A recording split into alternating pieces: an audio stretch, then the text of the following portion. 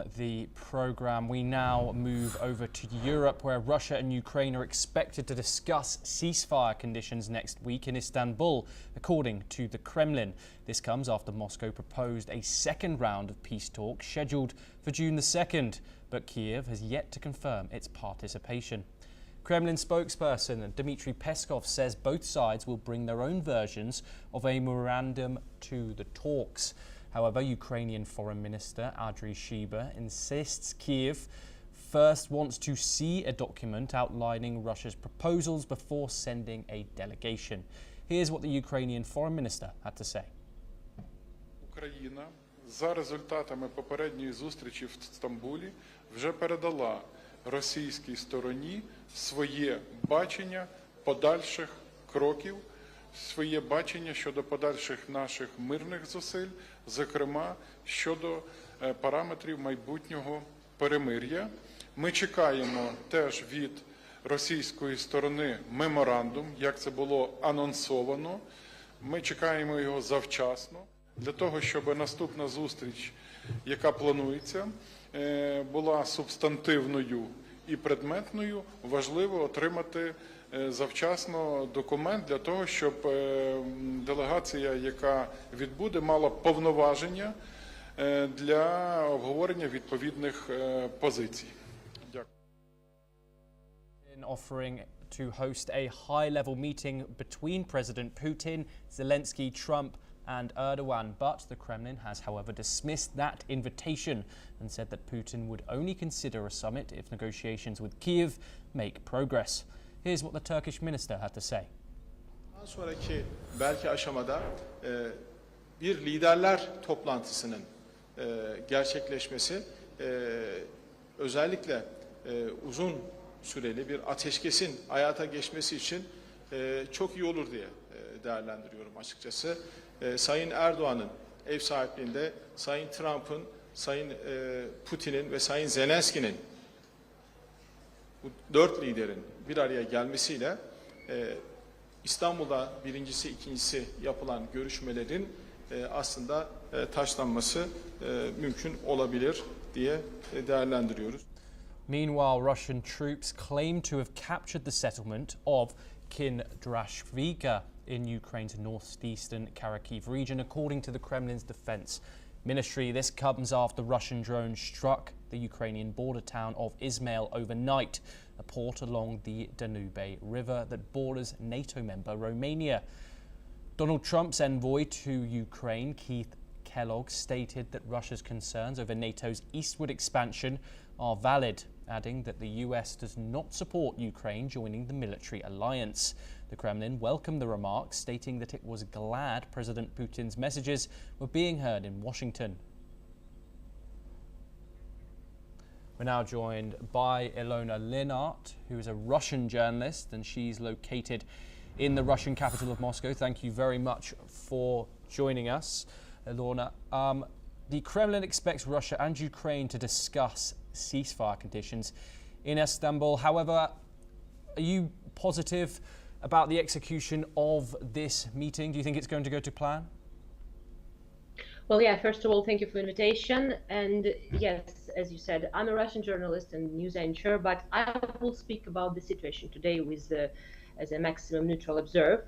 Well, despite on the peace talks, I don't think the Russian-Ukraine conflict will end in the nearest future. I mean, today is obvious that Ukraine is not ready to accept Russian proposal and refuse from their territories, and Russia is not ready to offer other terms. So it's completely like a dead end.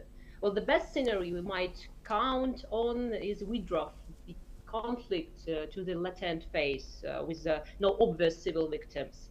Well, plus some independent authorities are sure that for Europe it's much better to support actually conflict in Ukraine because it's kind of hold back Russia.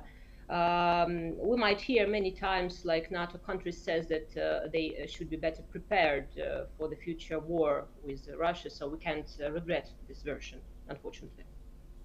Yes, and with multiple global powers involved, including China, Turkey and the United States, is Russia still committed to a bilateral resolution with Ukraine, or is multilateral diplomacy now the only path forward? Well, the answer is actually very easy. Russia would be happy to lead the diplomacy with the Ukraine directly. It's Ukraine who is always involved other countries to the situation. I mean, Russia is open to any direct conversation with Ukraine side. Well, the other questions, there are no any proper peaceful proposal for Ukraine from Russia, but we discussed this already. Well, so I think now, yes, unfortunately, once again, multilateral diplomacy is the only path forward. Do you think Russia would accept a ceasefire now if it meant keeping current territorial gains frozen, or does Moscow still seek more leverage on the battlefield first, do you think? Shortly, almost 100% no, because of any conflict frozen. It's not the problem solution. This is it. No, okay.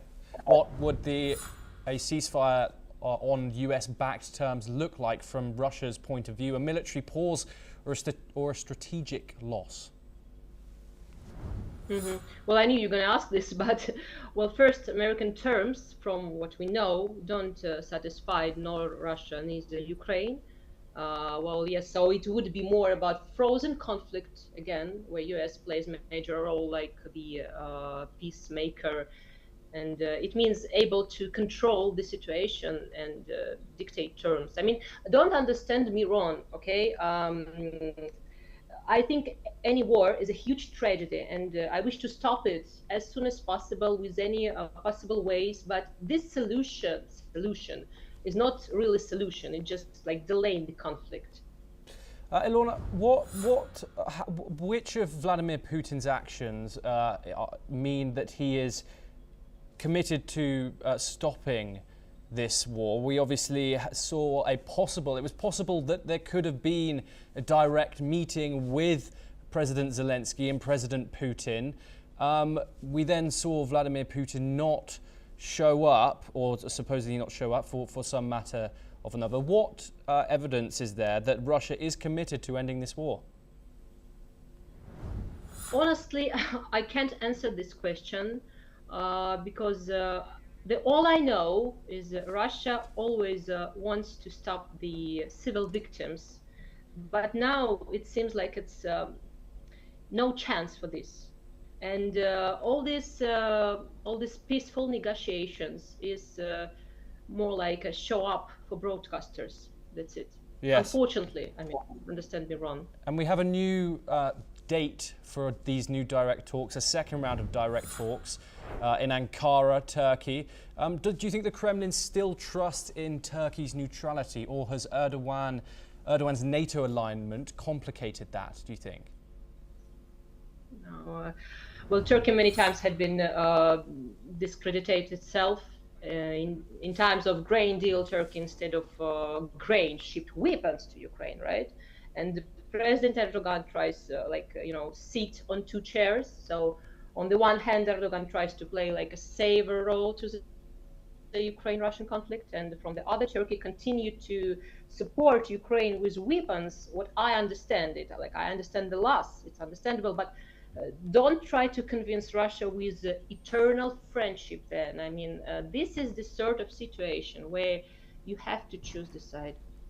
Yes. Thank you very much, Ilona Linhart, for joining us on the programme and for your insight.